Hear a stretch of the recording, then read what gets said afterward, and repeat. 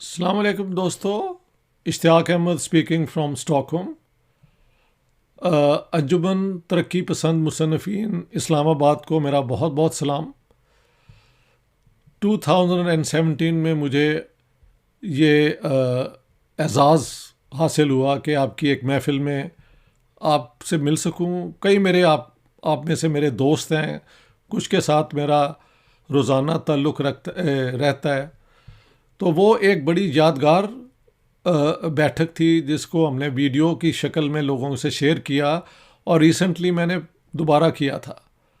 तो बहुत बहुत सलाम आप सबको, और मुझे बहुत खुशी है कि आज आप हिंदुस्तान, पाकिस्तान, सब कॉन्टिनेंट के एक बहुत बड़े शायर, एक बहुत बड़े थिंकर, ओरिजिनल थिंकर जिनका सोच का कैनवस बहुत ब्रॉड था, उनकी 100 साला जन्मदिन को आप सेलिब्रेट कर रहे हैं। साहिर लुधियानवी।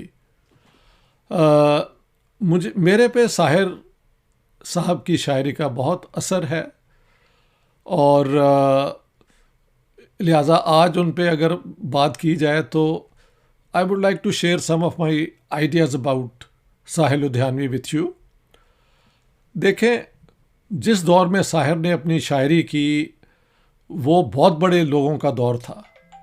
उनके इर्द गिर्द बहुत बहुत बड़े शायर थे, बहुत बहुत बड़े राइटर थे, और उनके होते हुए भी उन्होंने अपना एक ख़ास, क्या कहते हैं, अंदाज़, एक ख़ास इंडिपेंडेंट पॉइंट ऑफ व्यू जो है उसे अपनाया।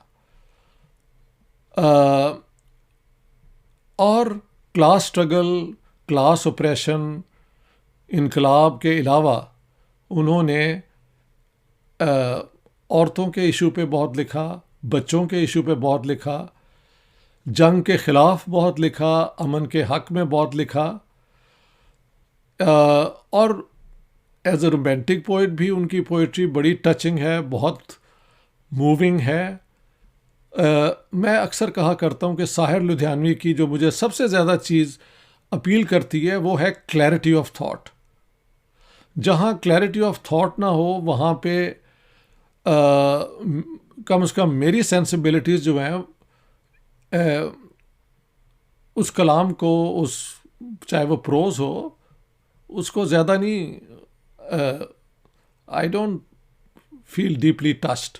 लेकिन साहिर में clarity of thought was Paramount. साथ साथ इकॉनमी ऑफ वर्ड्स। साहिर ने भी शुरू में वो क्लासिकल शायरी की और जो उसकी रिक्वायरमेंट्स हैं वो पूरी की, फिर फैसला किया कि हु इज़ योर ऑडियंस, और उन्होंने डिसाइड किया कि ऑडियंस उनकी तरह वही नौजवान, वही लोग जो उस दौर के मुआशरे से तंग आए हुए हैं, उसको बदलना चाहते हैं, एक ऑल्टरनेटिव दुनिया के तसव्वुर को रखते हैं और हक की बात करने के काबिलियत रखते हैं। तो साहिर ने जो अपनी पोइट्री का मीडियम बनाया वो यही था, clarity of thought and economy of words. अब देखें, आज जो मैं आपके साथ साहिर की शायरी के चंद पोइट्री शेयर करूँगा, ये मैं कहता हूँ उनकी पॉलिटिकल शायरी है, जहाँ पे बहुत बड़े इवेंट्स पे, बहुत बड़े एक सिचुएशन में उन्होंने जो कहा, तो चंद उनकी जो पोएम्स हैं ना, उनके एक्सर्प्ट्स मैं आपके साथ शेयर करना चाहता हूँ। मसलन partition of India, Punjab and Bengal पे। आपको जैसे पता है, कम्युनिस्ट पार्टी ऑफ इंडिया ने एक थीसिस अडॉप्ट किया था कि मुसलमान एक ओप्रेस्ड नेशनैलिटीज़ हैं, साथ साथ सिख भी हैं, साउथ इंडिया के द्राविडियन भी हैं और दलित भी हैं, और इस किस्म की उन्होंने बनाई थी। और प्रैक्टिकली उसका असर ये हुआ था कि मुस्लिम लीग के साथ उस ज़माने के मुसलमान कम्युनिस्टों ने उसी के प्लेटफॉर्म से अपनी बात करनी शुरू कर दी। और जो फ्रीडम स्ट्रगल जो कांग्रेस लीड कर रही थी उससे अलग हो गए। साहिर ने इसको अपोज किया। उसका ख्याल था ये आप बहुत बड़ी गलती कर रहे हैं, बिकॉज कहाँ क्लास स्ट्रगल, कहाँ सारी इंसानियत एक, और अब आप मज़हब की बुनियाद पे लोगों को तकसीम कर रहे हैं। क्या मुसलमानों में क्लासेस नहीं हैं, उलमा का होल्ड नहीं है? जिस तरह हिंदुओं के अंदर कास्ट है, क्लासेस है, मुसलमानों में भी ये सारा कुछ है। तो मार्क्सिज्म और इनकलाब की बात तो ओप्रेस्ड लोगों की होनी चाहिए बजाय कि मज़हब के हवाले से। लेकिन खैर उनको आइसोलेशन वहाँ पे सहनी पड़ी। मगर एक बहुत बड़ा फ़ैसला था कि उनकी वालदा लुधियाना छोड़ के लाहौर आ चुकी थी। वो बॉम्बे से लाहौर आए और 1 साल यहाँ ही रहे। लेकिन उन्होंने ये सेंस कर लिया कि पाकिस्तान के अंदर उनकी जो है ना आज़ादी फ़िक्र, वो बहुत लिमिटेड हो जाएगी। Already at that time he started being persecuted. लेकिन बेहद दूर तक उनकी नज़र गई, क्योंकि उनके जो दोस्त थे हमीद अख्तर, उन्होंने मुझे ख़ुद कहा कि उन्होंने मुझे कहा था तुसी बना लो ए मुल्क, लेकिन याद रखना मौलवी तुहानू छड्डणगे नहीं। तो वो बात Sahir I think understood better than Hamid Akhtar and many others. और बाद में जो हुआ वो आपको सबको पता है। तो वो पाकिस्तान छोड़ के वो हिंदुस्तान चले गए। He put more faith in Nehru's secularism. अब तो ये लगता है कि शायद वो भी फेथ जो थी वो एक मासूमियत की निशानी थी, क्योंकि जो अब हालात हिंदुस्तान में हो गए हैं वो दुख का सबब है। लेकिन जहाँ तक पाकिस्तान की स्टोरी है, ही वॉज वेरी राइट। तो मुफाहमत जो है ना उनकी एक नज़्म, उसके चंद अशार में आपके साथ शेयर करना चाहता हूँ। मुफाहमत का मतलब है कॉम्प्रोमाइज़, और उनका मतलब था कम्युनिस्टों ने अजीब सा कॉम्प्रोमाइज़ किया है अपनी आइडियोलॉजी के ख़िलाफ़। क्योंकि marks, angles, Lenin, Stalin, Trotsky, किसी का नाम ले लें, सबकी जो राइटिंग्स है ना नेशनलिज्म पे और नेशनैलिटीज़ पे, उसमें मज़हब की बुनियाद पे नेशन नेशनैलिटी को उन्होंने एक्सेप्ट नहीं किया। उन्होंने कहा ज़ुबान, कल्चर और common territory is the basis of being part of a nation. और बैकग्राउंड ये थी कि पोलैंड के अंदर और जर्मनी के अंदर जो पोलिश ज्यूज़ थे, जिनकी मदर टंग पोलिश थी या जर्मन थी, उनको वहाँ पे जो रिएक्शनरी फोर्सेस थे वो इंक्लूड नहीं थे करते ऑन रेशियल ग्राउंड्स। तो जो मार्क्सिस्ट पॉइंट ऑफ व्यू था वो था इंक्लूजन का। इसीलिए इंडिया में जो ये थीसिस अडॉप्ट किया गया, it was in direct contradiction to the original writings of Marx and Marxists. खैर, let me share this with you. क्या कहा उन्होंने? मुफाहमत के एक लंबी पोएम है, लेकिन यहाँ पे वो कहते हैं ये जश्न मुसरत नहीं तमाशा है, नए लिबास में निकले हैं राजनी का जुलूस, नए लिबास में निकला है रहजनी का जुलूस, 1000 शम्मे अखवत बुझा के चमके हैं ये तीरगी के उभरे हुए हसीन फानूस, ये शाख नूर जिस जुल्मतों ने सींचा है, ये शाख नूर जिसे जुल्मतों ने सींचा है, अगर फली तो शरारों के फूल लाएगी, ये फल सकी तो नई फसल गुल के आने तक ज़मीर अर्ज़ में एक जहर छोड़ जाएगी। और वो जहर का जो जिक्र यहाँ पे है वो इट्स ऑल टू ऑब्वियस।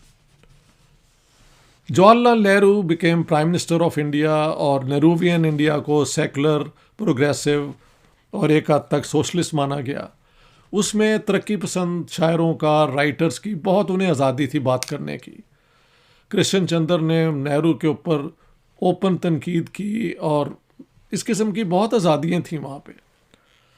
जब जवाहरलाल नेहरू की डेथ हो गई तो उन पे बहुत पोइट्री हुई है। उनकी ऑबिचरी जो साहिर ने की लिखी, मेरे ख्याल से इससे बड़ी पोएम और कोई नहीं है। और वहाँ पे भी I will just read some of the verses.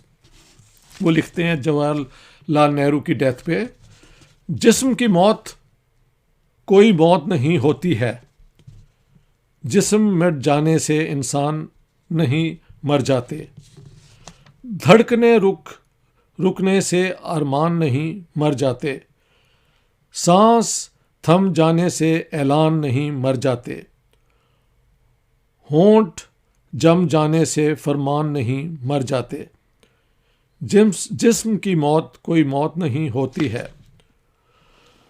वो जो हर दीन से मुनकिर था, हर एक धर्म से दूर, फिर भी हर दीन हर एक धर्म का गमख्वार रहा, सारी कौमों के गुनाहों का कड़ा बोझ लिए, उम्र भर सूरत ईसा जो सरेदार रहा, जिसने इंसान की तकसीम के सदमे झेले, फिर भी इंसान की अखवत का परस्तार रहा, जिसकी नज़रों में था एक आलमी तहजीब का ख्वाब, जिसका हर सांस नए अहद का मेयार रहा। And this poem continuous. एक और सदमा जो साहिर की ज़िंदगी में ही शुरू हो गया और जिसका बाद में असर सारी लेफ़्ट मूवमेंट पे पड़ा, वो था सोवियत यूनियन और पीपल्स रिपब्लिक ऑफ चाइना के अंदर झगड़ा, जो एक टेरिटोरियल बुनियादों पे, बॉर्डर्स पे शुरू हुआ और फिर कॉम्प्लिकेट होते हुए वो दिन भी आया कि सारी दुनिया की कम्युनिस्ट मूवमेंट जो है वो स्प्लिट हो गई, प्रो मॉस्को और प्रो पीकिंग ग्रुप्स के अंदर। पाकिस्तान में जो कम्युनिस्ट थे, जो प्रो मॉस्को थे, वो ज़ेर ताब आ गए। प्रो चाइना वालों को ख्याल हो गया कि शायद इनकलाब यहाँ आ जाएगा। पीपल्स पार्टी आई तो उन्होंने बढ़ के सोचा कि हम पता नहीं क्या कर लेंगे, लेकिन जो फिर हुआ वो आपके सामने ही है। हिंदुस्तान के अंदर भी कम्युनिज़्म को डेमोक्रेटिक प्रोसीजर के अंदर ही अपने आप को उसमें वहीं राह ढूंढनी पड़ी। तो लेनिन पे 2 नज़में हैं साहिर की, उसमें से दूसरी नज़म का एक शेर है जो ये ट्रेजेडी को कैप्चर करता है कि कम्युनिस्ट जो सारी इंसानियत को इकट्ठा करने वाले थे, वो अब नेशनलिस्ट ग्राउंड्स पे एक दूसरे से दूर हो गए हैं और एक दूसरे के एनिमीज़ बन गए हैं, दुश्मन बन गए हैं। तो वो कहते हैं, तबकों से निकल कर हम फिरकों में ना बढ़ जाएं, बन के ना बिगड़ जाए तकदीर गुलामों की। और देखें वही हुआ। आज के दौर में जो हालात हैं वो आपके सामने ही हैं।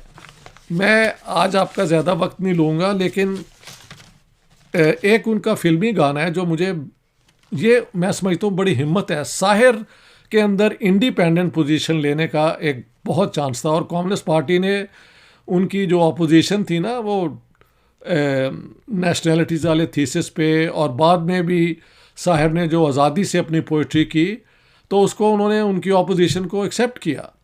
ही never submitted to the dictates of the communist party. और मैं समझता हूँ एक इंटेलेक्चुअल के लिए अपनी आज़ादी जो है ना, फ़िक्र की आज़ादी, एक्सप्रेशन की आज़ादी को कायम रखना बहुत बड़ी बात है।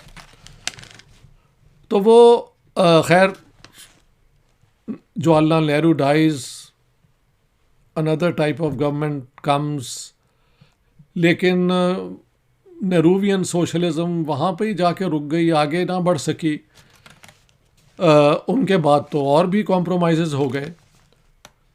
तो फिर उन्होंने एक ये नज़म लिखी, अपने अंदर ज़रा झांक मेरे वतन, अपने ऐबों को मत ढांक मेरे वतन, तेरा इतिहास है खून में लिथड़ा हुआ, तू अभी तक है दुनिया से पिछड़ा हुआ, तूने अपने अपनों को अपना ना माना कभी, तूने इंसान को इंसान ना जाना कभी, तेरे धर्मों ने ज़ातों की तकसीम की, तेरी रस्मों ने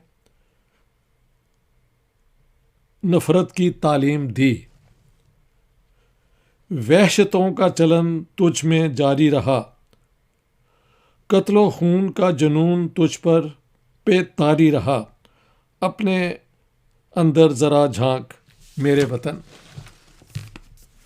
मैं समझता हूँ ये, और इसके अलावा भी बहुत कुछ है, लेकिन I don't want to continue for too long. तो ये मैं उनकी जो है ना पॉलिटिकल आइडियोलॉजिकल जो उनकी समझ है हालात पे, ये वो पोइट्री है। तो ये I wanted to share with you. सब साथियों को, सब दोस्तों को बहुत बहुत सलाम। थैंक यू वेरी मच, बहुत बहुत शुक्रिया। हाँ जी, so thank you, we stop here. Hey there. Subscribe to my channel. And also press this bell icon, so you never miss any new updates, cause whenever we upload new video you will get a notification on your phone.